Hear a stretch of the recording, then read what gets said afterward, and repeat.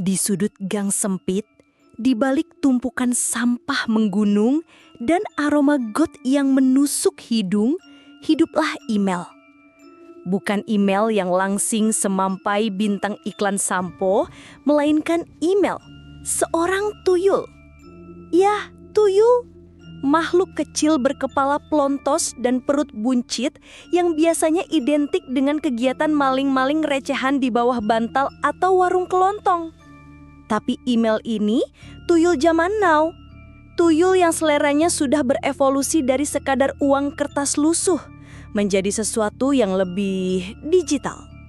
Kisahnya adalah sebuah tragedi komedi yang dimulai dari masa hidupnya yang sudah terlampau aneh. Sejak kecil email sudah menunjukkan bakatnya yang unik.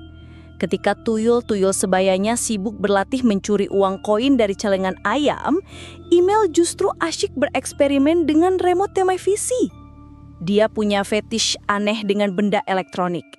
Suatu kali, email pernah membuat geger satu kampung karena berhasil menyalakan semua lampu jalan di tengah malam buta hanya dengan sentuhan jari mungilnya.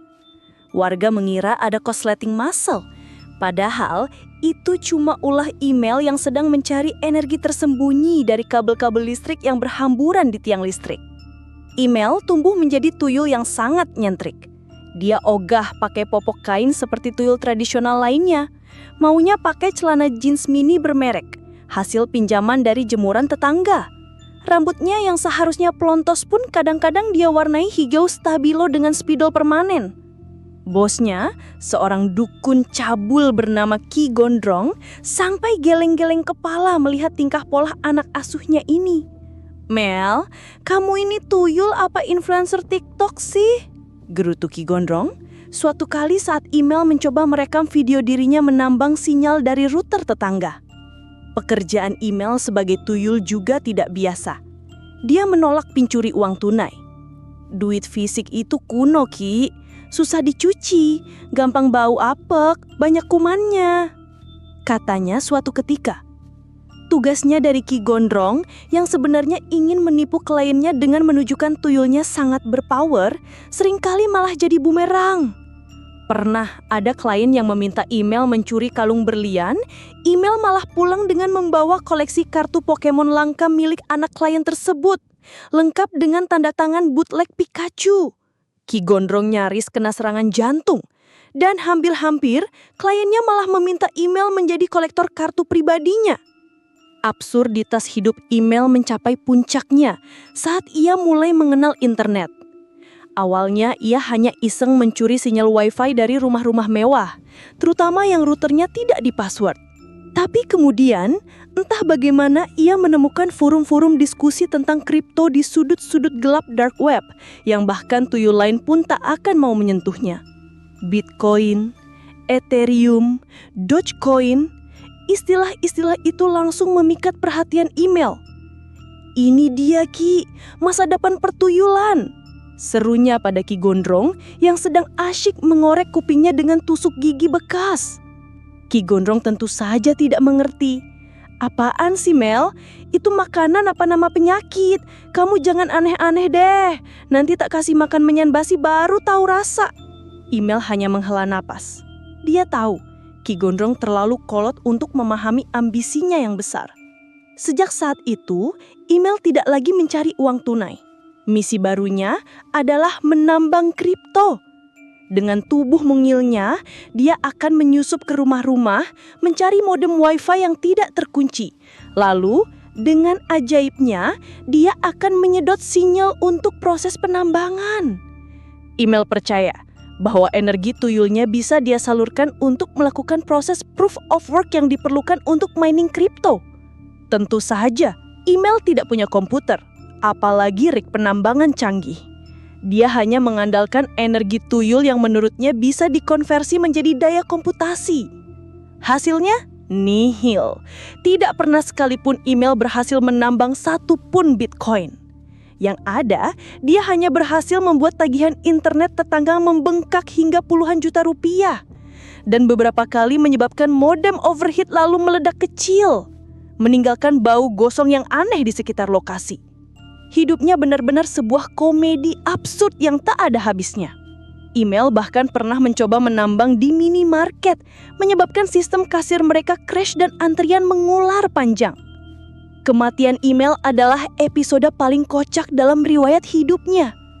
Suatu malam, email sedang menjalankan misi penambangan Wi-Fi di sebuah ruko yang sepi, yang memiliki koneksi serat optik berkecepatan tinggi yang dia idam-idamkan.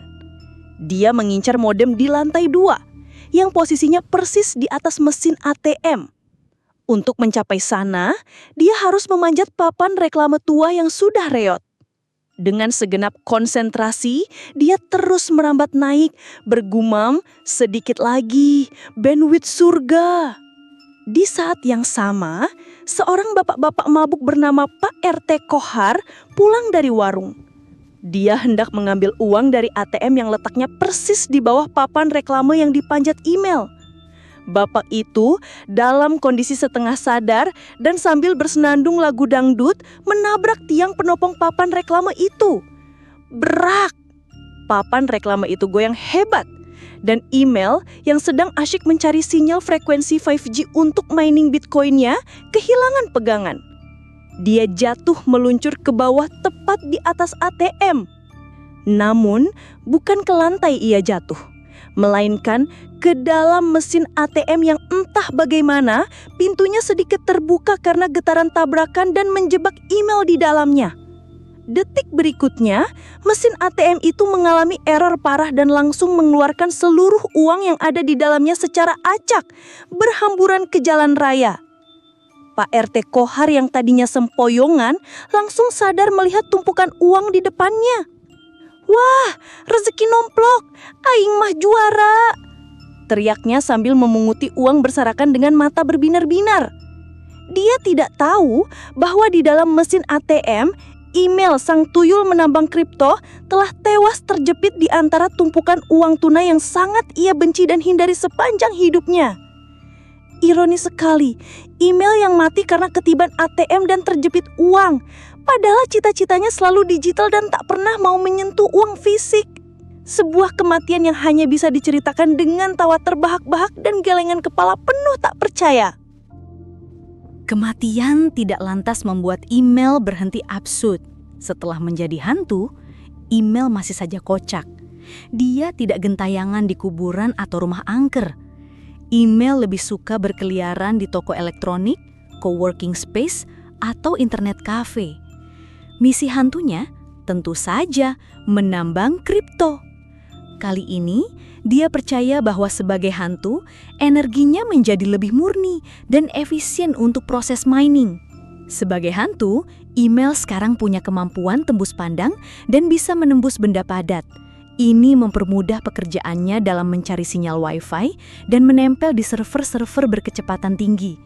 Dia akan bergentayangan di atas router Wi-Fi, menyerap aura internet dengan tubuh tembus pandangnya dan berseru, "Dapet.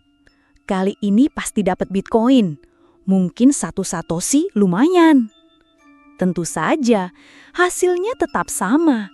Nihil. Tidak ada Bitcoin yang berhasil ditambang.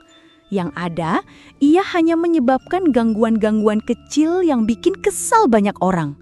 Komputer jadi lag, loading video jadi lama, streaming jadi putus-putus.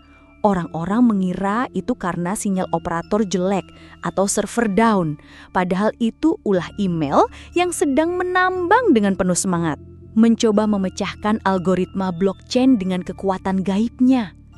Pernah suatu ketika, email masuk ke sebuah data center raksasa milik perusahaan teknologi multinasional. Dia melihat deretan server berkedip-kedip, penuh dengan cahaya hijau dan biru. "Wow, ini surga miner, Bitcoin seember," pikir email dengan girang. Lalu, ia menempel di salah satu server paling besar, mencoba menyerap sebanyak mungkin data dan energi komputasi. Akibatnya, server itu overheat dan meledak kecil, menyebabkan padam listrik di sebagian kota dan kerugian miliaran rupiah bagi perusahaan tersebut. Email kaget dan langsung kabur. "Ops, kelebihan dosis sinyal. Maaf, my bad," gumamnya, meskipun tidak ada yang mendengarnya. Bos hantunya email, sesosok pocong milenial bernama Bang Jack, sampai pusing 7 keliling. Bang Jack ini dulunya adalah startup founder yang mati karena terlalu banyak minum kopi dan kurang tidur. "Mel, kamu ini hantu apa pengacau jaringan sih? Udah mati kok ya masih bikin rusuh. Kamu bikin data center gue yang dulu crash tahu nggak?" Keluh Bang Jack suatu kali sambil membetulkan posisi tali pocongnya. Email hanya cengengesan. Dia tetap pada pendiriannya. Baginya, kehidupan setelah mati adalah kesempatan kedua untuk mencapai mimpinya, menjadi tuyul miliarder Bitcoin. Suatu malam, Email melihat ada event besar tentang blockchain dan NFT di sebuah convention center megah. Matanya langsung berbinar. Ini kesempatan emas. Ia menyelinap masuk, bersembunyi di balik meja registrasi, lalu mulai menyerap sinyal Wi-Fi yang melimpah ruah di sana. Ia bahkan mencoba untuk meretas dompet kripto orang kaya yang hadir dengan kekuatan pikirannya. Meskipun tentu saja tidak pernah berhasil. Yang ada, ia hanya membuat smartphone beberapa orang tiba-tiba restart sendiri atau menampilkan gambar-gambar aneh berupa ilustrasi tuyul bersayap yang sedang memegang koin Bitcoin. "Aku akan kaya, aku akan punya rumah di Metaverse, aku akan beli NFT tuyul Bored Ape yang paling langka," teriak Email dalam hati, sambil terus berusaha menambang. Dia tidak peduli kalau para peserta event saling menyalahkan karena koneksi internet mereka tiba-tiba buruk dan transaksi kripto mereka jadi pending. Email adalah hantu visioner jauh melampaui pemahaman tuyul-tuyul lain yang masih berkutat dengan recehan fisik. Dia adalah tuyul yang mati-matian menolak tradisi, bahkan di alam baka. Sampai hari ini, Email masih gentayangan, mengejar sinyal Wi-Fi, dan bermimpi tentang panen Bitcoin. Tubuhnya yang transparan kadang terlihat menempel di laptop seorang mahasiswa, lalu pindah ke router di kafe, atau bahkan menembus dinding demi mencapai menara BTS terdekat. Dia adalah tuyul gagal panen Bitcoin, sebuah anomali dalam dunia gaib yang terus hidup dalam absurditasnya sendiri, sebuah legenda komedi bagi para tuyul dan manusia. Kisah Email sang tuyul yang ambisius namun selalu gagal panen Bitcoin adalah cerminan ironi modern yang memprihatinkan. Di era digital ini, bahkan makhluk halus pun tergiur dengan tren dan kekayaan instan, mengabaikan esensi sejati dari keberadaan mereka. Sama seperti Email yang terus mengejar ilusi Bitcoin dengan cara absurd, kita kadang terlalu fokus pada hal-hal fana yang belum tentu memberikan kebahagiaan hakiki, bahkan rela mengorbankan hal-hal fundamental demi sesuatu yang belum pasti. Mungkin sudah saatnya kita belajar dari Email. Jangan sampai obsesi pada hal-hal yang tidak nyata membuat kita lupa bahwa hidup atau mati itu sendiri adalah sebuah proses yang harus dijalani dengan kesadaran dan kehadiran. Bukan hanya mengejar bayangan uang digital yang tak kunjung terwujud atau malah terjebak dalam lingkaran setan hype dan investasi bodong yang hanya akan berakhir tragis. Mirip dengan Email yang terjepit di dalam ATM karena obsesinya pada sesuatu yang bukan uang fisik.